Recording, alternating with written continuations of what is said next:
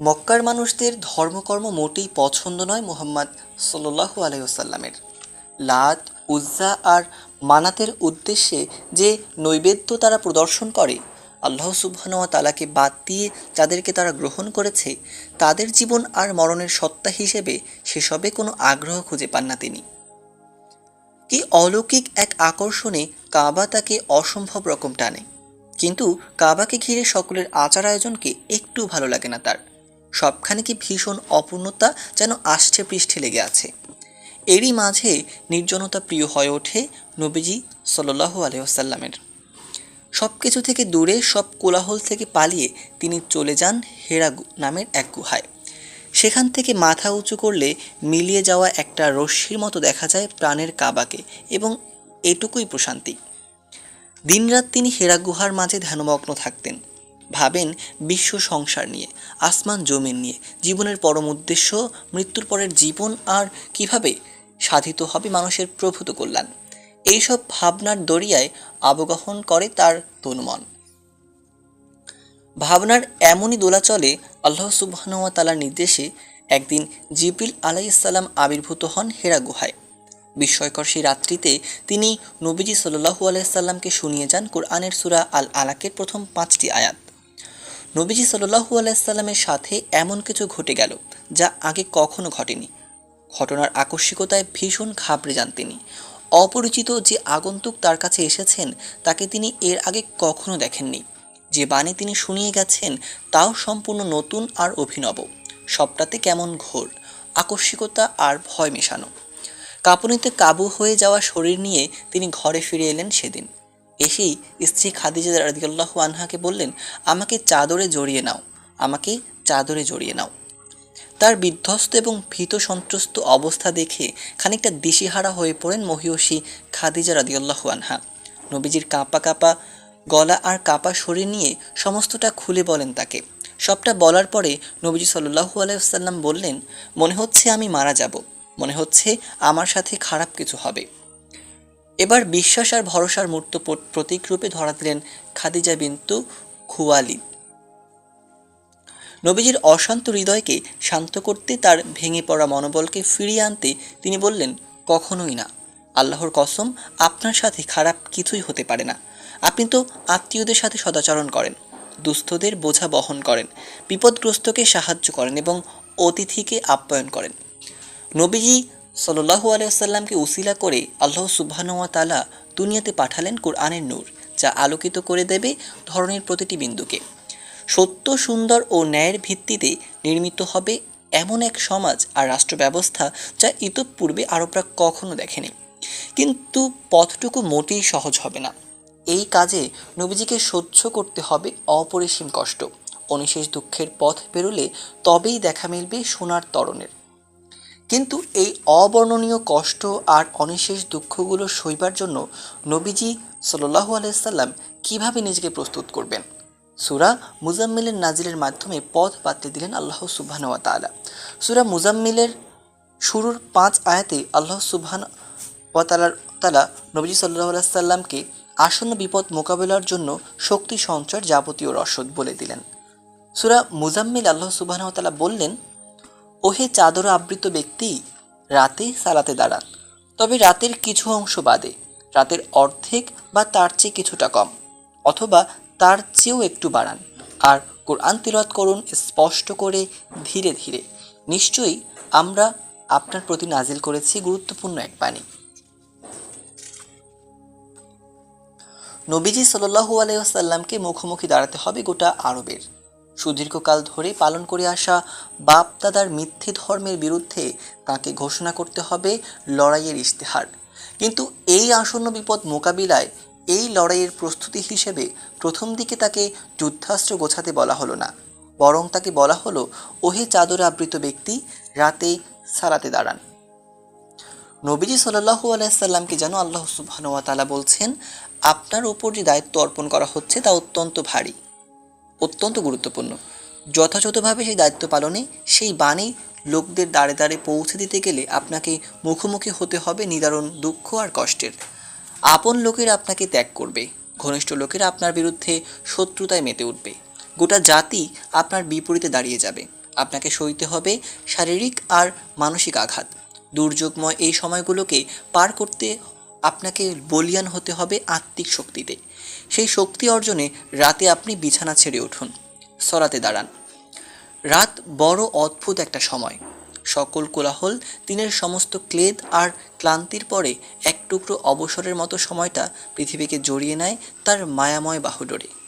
পাখিরা নিড়ে ফেরে, আরও গা শীতল হয়ে ওঠে নদীর উপর দিয়ে বয়ে চলা নির্মল বাতাস। সূর্যের তাপে দিশেহারা হয়ে ওঠা ধরনীর বুকে নেমে আসে প্রশান্তির ফাল্গুধারা।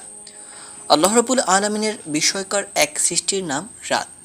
কর্মব্যস্ত মানুষের চোখে ভর করে নামে ঘুম, শরীর পায় তার দরকারি অবসর। বিশ্রামের ফলে মানুষের দেহ আর মন ভরে ওঠে সজীবতা আর প্রফুল্লতায়। নিশ্ছিদ্র রজনীর বুকে যেন রচিত হয়ে থাকে নিরুপদ্রব এক আরব্য উপন্যাস। সেই নির্জন শান্ত রজনীর সমস্তটা নবীজি সাল্লাল্লাহু আলাইহি ওয়াসাল্লামকে বিছানায় শুয়ে কাটানোর সুযোগ আল্লাহ সুবহানাহু ওয়া তাআলা দেননি। সম্মুখের লড়াই আর সংগ্রামকে সামনে রেখে প্রস্তুতির প্রথম এবং সর্বাপেক্ষা দরকারি হাতিয়ার হিসেবে নবীজির জন্য তাহাজ্জুদের সালাতে দাঁড়ানোটাকে তিনি ফরজ করে দিলেন। নবীজি সাল্লাল্লাহু আলাইহি সাল্লামের জীবনের সুনির্দিষ্ট একটা লক্ষ্য ছিল। ইসলামের বার্তা, কোরআনের বাণী, তাওহীদের দাওয়াত ঘরে ঘরে জনে জনে পৌঁছে দেওয়ার মহান এক দায়িত্ব নিয়ে তিনি আবির্ভূত হন। সেই মহান দায়িত্ব পালনের পথে সর্বপ্রথম যে কাজটা তাকে শুরু করতে হলো তা হলো তাহাজ্জুদ, রাতের সালাত। রাতের নিকষকালো অন্ধকারে যখন সমস্ত দুনিয়া জুড়ে নামে নির্যাতনার আবেশ, যখন আরামের বিছানায় গা এলিয়ে মানুষ ঘুমের ঘোরে বিভোর হয়ে থাকে, তখন নবীজি সাল্লাল্লাহু আলাইহি ওয়াসাল্লাম আল্লাহ সুবহানাহু ওয়া তাআলার সামনে দাঁড়িয়েছেন। তার তিলের সাথে কুরআন তিলাওয়াত, দীর্ঘ রুকু আর লম্বা সিজদাতে তিনি আল্লাহর কাছে প্রার্থনা করছেন যাতে এই দিন দুনিয়া জুড়ে বিজয় লাভ করে। আমাদের প্রত্যেকের জীবনে নির্দিষ্ট একটা লক্ষ্য থাকে। যিনি একজন দায়ী, তার লক্ষ্য থাকে দিনের কথাগুলো সুসংগঠিত করার, নির্বিঘ্ন আর নিরাপদে মানুষের মাঝে দিনের বার্তা পৌঁছানোর। পিতামাতার লক্ষ্য থাকে তাদের সন্তানকে সঠিকভাবে বড় করে তোলার। যিনি ব্যবসায়ী, তার লক্ষ্য থাকে ব্যবসাকে উন্নতির শিখরে নিয়ে যাওয়ার। একজন ছাত্রের লক্ষ্য ভালো ফলাফল নিয়ে শিক্ষা জীবন শেষ করার। একজন শিক্ষক চান শিক্ষার্থীদের উপকারী জ্ঞান দান করে তাদের মাঝে স্মরণীয় হয়ে থাকতে। ছোট অথবা বড়, আমাদের প্রত্যেকের জীবনে কোনো না কোনো লক্ষ্য অবশ্যই আছে, কিন্তু ভাবনার বিষয় হচ্ছে সেই লক্ষ্য অর্জনে আমরা কি রাতের কিছু অংশ সালাতে দাঁড়ানোর জন্য বরাদ্দ করেছি? তাহাজ্জুদ তথা রাতের সালাত যদি এত উচ্চ মর্যাদার না হতো, আল্লাহ সুবহানাহু ওয়া তাআলা সালাত, সিয়াম, জাকাত সহ যাবতীয় ইবাদতের আগে তাহাজ্জুদকে নবীজির জীবনে আবশ্যক করে দিতেন না। লক্ষ্য অর্জনে নবীজিকে তিনি সাহায্য করেছেন প্রতিটা পদে, কিন্তু সেটা তাহাজ্জুদের মাধ্যমে অর্জন করে নিতে হয়েছে নবীজি সাল্লাল্লাহু আলাইহি ওয়াসাল্লামকে। আজকাল আমাদের চাওয়ার আর আকাঙ্ক্ষার তালিকাটা কত বিশাল, কিন্তু সেই চাওয়া যিনি পূর্ণ করবেন, সেই আকাঙ্ক্ষা মেটানোর একচ্ছত্র ক্ষমতা যার হাতে, তার দরবারে দাঁড়ানোর কোনো চিন্তা আমাদের মাথায় আসে না। আমাদের চাওয়া আর আকাঙ্ক্ষাগুলো নিয়ে অনেক রাত অবধি চিন্তা করি, নোট করি, সলা পরামর্শ করি। দুনিয়ার সমস্ত উপায় অনুসন্ধান করা শেষ হলে টুস করে চোখ বুজে ঘুমিয়ে পড়ি। চিন্তা, নোট আর শালা পরামর্শের পাশাপাশি যদি আমরা কিছু সময় বরাদ্দ করতে পারতাম জায়নামাজে দাঁড়ানোর জন্য, যদি আমাদের চিন্তা আর শলা পরামর্শের ফলাফলটুকু আল্লাহ সুবহানাহু ওয়া তাআলাকে জানিয়ে চূড়ান্ত চিন্তার পরামর্শের জন্য তার দরবারে আর্জি জানাতাম, তাহলে আমাদের চাওয়া আর আকাঙ্ক্ষাগুলো যে কীরকম বিকশিত হতো আর পূর্ণতা পেত তা ধারণাতীত। আজকাল রাত্রি জাগরণের জন্য আমাদের সামনে মজুদ আছে কত শত উপলক্ষ। কারো চোখে ঘুম নামছে না, কারণ আজ মধ্যরাত্রিরে শুরু হবে এল ক্লাসিকো তথা ফুটবল ক্লাব রিয়াল মাদ্রিদ আর বার্সেলোনার মধ্যকার হাই ভোল্টেজ ম্যাচ। কেউ কেউ জেগে আছে কারণ গত সপ্তাহে ডাউনলোড করে রাখা দুর্দান্ত একটা মুভি এখনও দেখে শেষ করা হয়নি। আজ সেটা না দেখে ঘুমানো যাবে না। কেউ হয়তো বা কোনো পার্টিতে যোগ দেওয়ার আনন্দে বিভোর, কেউ বা বিয়ে বাড়িতে মৌজ মাস্তি করে সারা রাত পার করে দেবে বলে ঠিক করে রেখেছে। শুধু কি তাই, নিরন্তর ফেসবুক স্ক্রলিং, ইউটিউব ব্রাউজিং সহ নানান উপলক্ষকে সামনে রেখে আজ আমরা পরিণত হয়েছি রাত চড়া পাখিতে। মধ্যরাতে শেয়াল দেখে উঠলেও আমরা শুনতে পাই, রাস্তায় কোথাও হর্ন বেজে উঠলে তাও এড়ায় না আমাদের কান। শেষ রাতে ঝরে পড়া পাতাদের সাথেও হয়তো আমাদের সখ্যতা হয়ে যায়, কিন্তু ঘরের কোণে নিতান্ত অবহেলায় পড়ে থাকা জায়নামাজের সাথে আমাদের কোনো সখ্যতা গড়ে ওঠে না। আলমারিতে আলমারির তাকে ধুলোর গভীর আস্তরণে ঢেকে থাকা কোরআনটার সাথে আমাদের মিতালি হয় না কখনো। কখনো মধ্যরাতে উঠে দুরাকাত সালাত আদায়ের জন্য আমরা দাঁড়াতে পারি না। শেষ রাত্রিরে যখন ঝরা পাতার মর্মর শব্দে ভীত সন্ত্রস্ত হয়ে পড়ে ডাহুকের ছানা, সেই মুহূর্তটাকে কোরআন তিলাওয়াতের সুর দিয়ে আমরা রাঙাতে পারি না। যদি বলা হয় আজ মধ্যরাত্রে ঢাকা বিমানবন্দরে অবতরণ করবেন ফুটবল বিশ্বের খ্যাতিমান তারকা লিওনেল মেসি অথবা ক্রিস্টিয়ানো রোনালদো, এবং ভক্তকুলের সাথে তারা কাটাবেন সুন্দর কিছু মুহূর্ত, ছবি আর অটোগ্রাফে ধন্য করবেন বাঙালি দর্শককে, বিমানবন্দর এলাকাতে কেমন উপচে পড়া ভিড় হবে বলে আপনার ধারণা? আমি জানি ভিড়ের সেই দৃশ্যটা আপনি কল্পনাতেও আনতে পারছেন না। সারা দেশ থেকে ছুটে আসা তাদের ভক্তকুলে কানায় কানায় পূর্ণ হবে বিমানবন্দর এলাকা।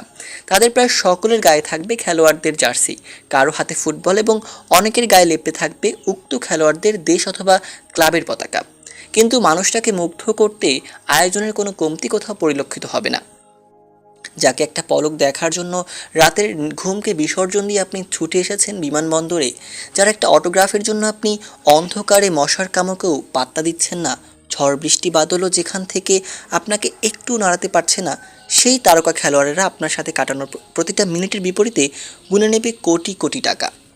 প্রিয় খেলোয়াড়ের সাথে সাক্ষাতের বিষয়টা আপনার কাছে আনন্দ এবং গৌরবের হলেও তাদের কাছে যেটা উপার্জনের একটা উছিলা বই আর কিছু নয়। দিন শেষে তারা না আপনাকে চিনছে আর না কোনো দিন আপনাকে মনে রাখবে, এমনকি আপনার দেশের নামটা পর্যন্ত তারা ভুলে যাবে। তারা আপনাকে কোনো দিন চিনেনি, কোনো দিন চিনবে না, এবং যাদের কাছে আপনি নিতান্তই অর্থোপার্জনের একটা উছিলা, শুধু তাদেরকে এক পলক দেখার জন্য জীবনের গুরুত্বপূর্ণ সময় ব্যয়ে আপনার মাঝে কোনো দুঃখবোধ নেই। তাদের একটা অটোগ্রাফের জন্য আপনি অনায়াসে মেনে নিতে পারেন যাবতীয় ধকল। কিন্তু যে মহান রব আপনাকে আপনার মাতৃগর্ভে বড় করে তুলেছেন, আলো হাওয়া আর পানির মতো অবিশ্বাস্য উপাদান দিয়ে, যিনি আপনাকে বাঁচিয়ে রেখেছেন দুনিয়ায়, যিনি আপনাকে জড়িয়ে রেখেছেন পিতামাতা ভাই বোনের আদরে, যিনি আপনাকে আপনার চোখকে শীতল করেছেন স্ত্রী সন্তানদের ভালোবাসায়, সেই রবের জন্য কতখানি ত্যাগ, কতখানি সময় আপনি ব্যয় করতে রাজি দুনিয়ায়?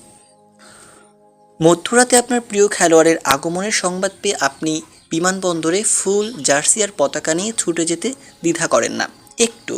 কিন্তু প্রতিটা রাতের শেষ প্রহরে যখন আপনার রব দুনিয়ার নিকটতম আসমানে এসে আপনাকে ডাকেন, তার আহ্বানে সাড়া দিতে আপনি কি কখনো আগ্রহ দেখিয়েছেন? কখনো কি মনে হয়েছে আজ রাত্রিরে আমার যাবতীয় সংলাপ শুধু রবের সাথেই হওয়া চাই? বড় বড় স্পন্সরশিপের নিমন্ত্রণেই তারকা খেলোয়াড়েরা আপনার সাথে ছবি তুলতে আর অটোগ্রাফ দিতে এসে তার বিনিময়ে তাদের ব্যাংক অ্যাকাউন্টে জমা হবে মিলিয়ন মিলিয়ন ডলার। কিন্তু শেষ রাত্রিরে আপনার রব আপনার কাছ থেকে কিছু নিতে আসেন না, বরং তিনি আপনার হাত দুটোকে নিয়মিত ভরিয়ে দিতে আসেন। প্রতিটা রাতের শেষ প্রহরে দুনিয়ার নিকটবর্তী আসমানে এসে তিনি বলেন, কে আছো আমার কাছে কিছু চাইবে, আমি তাকে তা দেব। কে আছো আমার কাছে গুনাহ মাফের জন্য প্রার্থনা করবে, আমি তার গুনাহ মাফ করে দেব। কোনো এক হাসপাতাল কর্তৃপক্ষের সাথে আলাপ করে দেখলাম রোগীদের যে অক্সিজেন তারা সরবরাহ করে সেগুলোর জন্য কীরকম দাম রাখা হয়। তারপর নির্জনে বসে ভাববেন সারা জীবন যে পরিমাণ অক্সিজেন আপনি প্রকৃতি থেকে গ্রহণ করেছেন এবং বাকি জীবনে যা গ্রহণ করবেন সেসবের জন্য যদি আল্লাহ সুবহানাহু ওয়া তাআলাকে দাম চুকাতে হতো, ঠিক কত টাকা দেওয়া লাগতো? তারপরে ধরুন সূর্যের আলোর জন্য যদি দাম দিতে হতো, বৃষ্টির জন্য, নদী আর সমুদ্রের জন্য, যে চাঁদ না হলে নদী আর সমুদ্রে জোয়ার ভাটা হতো না, সেই চাঁদের জন্য যদি অর্থ ব্যয় করার দরকার হতো, যে মৌমাছি না হলে ফুলে ঘটতো না পরাগায়ন, এই সমস্তটার জন্য যদি আপনাকে প্রতি মাসে দাম পরিশোধ করতে হতো, আপনার কি সাধ্য ছিল দুনিয়ায় বেঁচে থাকার? আপনাকে এত কিছু বিনামূল্যে বিনা অর্থে ব্যয় দেওয়ার পরেও তিনি প্রতিটা রাতের শেষ প্রহরে এসে আপনাকে ডাকেন। জীবনের চলতি পথে আপনার যদি কিছুর দরকার পড়ে তা যেন তার কাছে চেয়ে নিতে পারেন, জীবনের ভুলগুলোর জন্য, যাতে আপনাকে পরকালে আটকে যেতে না হয়, যাতে করে তার মনোহর জান্নাতের নিয়ামতরাজিতে আপনি ডুব দিতে পারেন অনন্ত অসীম সময়ের জন্য, সেই তাগাদা থেকে তিনি আপনাকে ডেকে চলেন। আপনি তার দিকে এক হাত এগোলে তিনি দুই হাত আগান, আপনি হেঁটে এলে তিনি দৌড়ে আসেন। গুনাহ করলে আপনার আমল নামায় কেবল গুনাহটুকু লেখা হয়, কিন্তু ভালো আমল করলে সেটা তো তিনি লেখেনি, আবার তা বাড়িয়ে দেন বহুগুণ। সেই সাথে মুছে দেন আপনার গুনাহগুলো। তিনি কত শত উপায়ে আপনাকে ভালোবেসে যান, কিন্তু আপনার সময় হয় না তার জন্য রাত্রের কিছুটা সময় বরাদ্দের। ইমাম আহমদ ইবনু হাম্বল রহেমহুল্লার ঘরে এক রাত্রে তার একজন ছাত্র রাত্রি যাপন করে। ঘুমানোর আগে ইমাম আহমদ ইবনু হাম্বল সেই ছাত্রের বিছানার পাশে পানির একটা পাত্র রেখে দেন, যাতে করে শেষ রাত্রিরে উঠে ওই ছাত্র উজু করে তাহাজ্জুদের সালাত আদায় করতে পারে। ফজরের সালাতের সময় তার ঘরে এসে যখন ইমাম আহমদ পাত্রের পানিকে আগের অবস্থায় মজুদ দেখলেন, তিনি বিস্ময় ভরা কণ্ঠে বলে উঠলেন, সুবহানাল্লাহ! ইলম অনুসন্ধানী, কিন্তু রাত্রে তাহাজ্জুদ পড়ে না। ইমাম আহমদ ইবনু হাম্বল রহমাহুল্লার এই বিস্ময় একটু বাড়াবাড়ি নয়।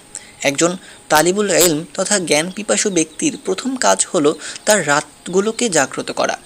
ইলম তথা জ্ঞান কিন্তু যেনতেন কোনো ব্যাপার নয়। জ্ঞান হলো আলো, আর সেই আলোকের সন্ধান লাভ তাদের জন্য সহজ করে দেওয়া হয় যারা তাদের রাতগুলোকে জাগ্রত করে। যখন চারিপাশে ছেয়ে যায় নিশ্চুপ নির্জনতায়, যখন অন্য সকলে বেঘোর ঘুমে অচেতন, যখন প্রকৃতি জুড়ে নেমে আসে গা ছমছমে নীরবতা, তখন একজন জ্ঞান পিপাসু ব্যক্তি তার জায়নামাজে কথা বলবে আল্লাহ সুবহানাহু ওয়া তাআলার সাথে। প্রকৃতির সর্বত্র নীরবতা বিরাজ করলেও তালিবুল ইলমের অন্তরে শুরু হবে আল্লাহর সাথে মধুর কথোপকথন। তিলাওয়াত, গুনগুন জিকির, দুরুদ আর সালামে মুখরিত হবে তার শেষ রাত্রের সময়টুকু। আজকাল আমরাও দিনের জ্ঞান অর্জনে আগ্রহী বটে, কিন্তু শেষ রাতে উঠে আল্লাহ সুবহানাহু ওয়া তাআলার দরবারে সেই জ্ঞান লাভের জন্য ফরিয়াদ করার আগ্রহটা আমাদের মাঝে প্রবল হয়ে ধরা দেয় না। কেউ কেউ হয়তো অনেক বইপত্র পড়ে, অনেক লেকচার ওয়াজ শোনে, অনেক হালকায় হাজিরা দেয়, কিন্তু সেসব ততক্ষণ পর্যন্ত অন্তরে প্রবেশ করবে না, এবং সেই জ্ঞান কখনই অন্তরে আলো জ্বালাবে না যদি আমরা আল্লাহর কাছে সেই জ্ঞানের বারাকা লাভের জন্য ফরিয়াদ না করি। সেই জ্ঞানের ফিতনা থেকে যদি আমরা আল্লাহর কাছে আশ্রয় না চাই, সেই জ্ঞান হয়ে উঠতে পারে আমাদের ধ্বংসের সবিশেষ কারণ। চারপাশে বহু মানুষকে আপনি চেনেন যারা জ্ঞানের অহংকার করে বেড়ায়। তাদের কথায়, কাজে, লেখায়, বক্তব্যে ফুটে ওঠে অহংকারের রেশ। তারা হয়তো অনেক পড়ে আর অনেক জানে, কিন্তু আল্লাহ সুবহানাহু ওয়া তাআলার কাছে জ্ঞানের ফিতনা থেকে বাঁচতে এবং জ্ঞানের বারাকা লাভের জন্য ফরিয়াদ করার কৃপণতাই তাদের এই দশার কারণ। আমরা তো আবু জাহেলের অবস্থাও জানি, যাকে আবুল হাকাম বা জ্ঞানের পিতা বলা হতো, কিন্তু সেই জ্ঞান তো আর কোনো উপকারে আসেনি। অহংকারের চাদর গা থেকে ছাড়তে না পারায় সে নিক্ষিপ্ত হয়েছে ইতিহাসের দুর্গন্ধময় আস্থা করে।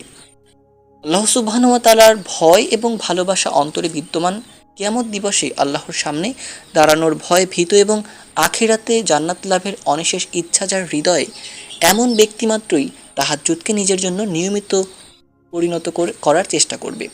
আল্লাহ সুবহানাহু ওয়া তাআলা কোরআনে বলেছেন, তারা তাদের দেহের পার্শ্বগুলো বিছানা থেকে আলাদা করে, তাদের রবকে তারা ডাকে ভয় এবং আশা নিয়ে, আর আমার দেওয়া রিজিক হতে তারা খরচ করে।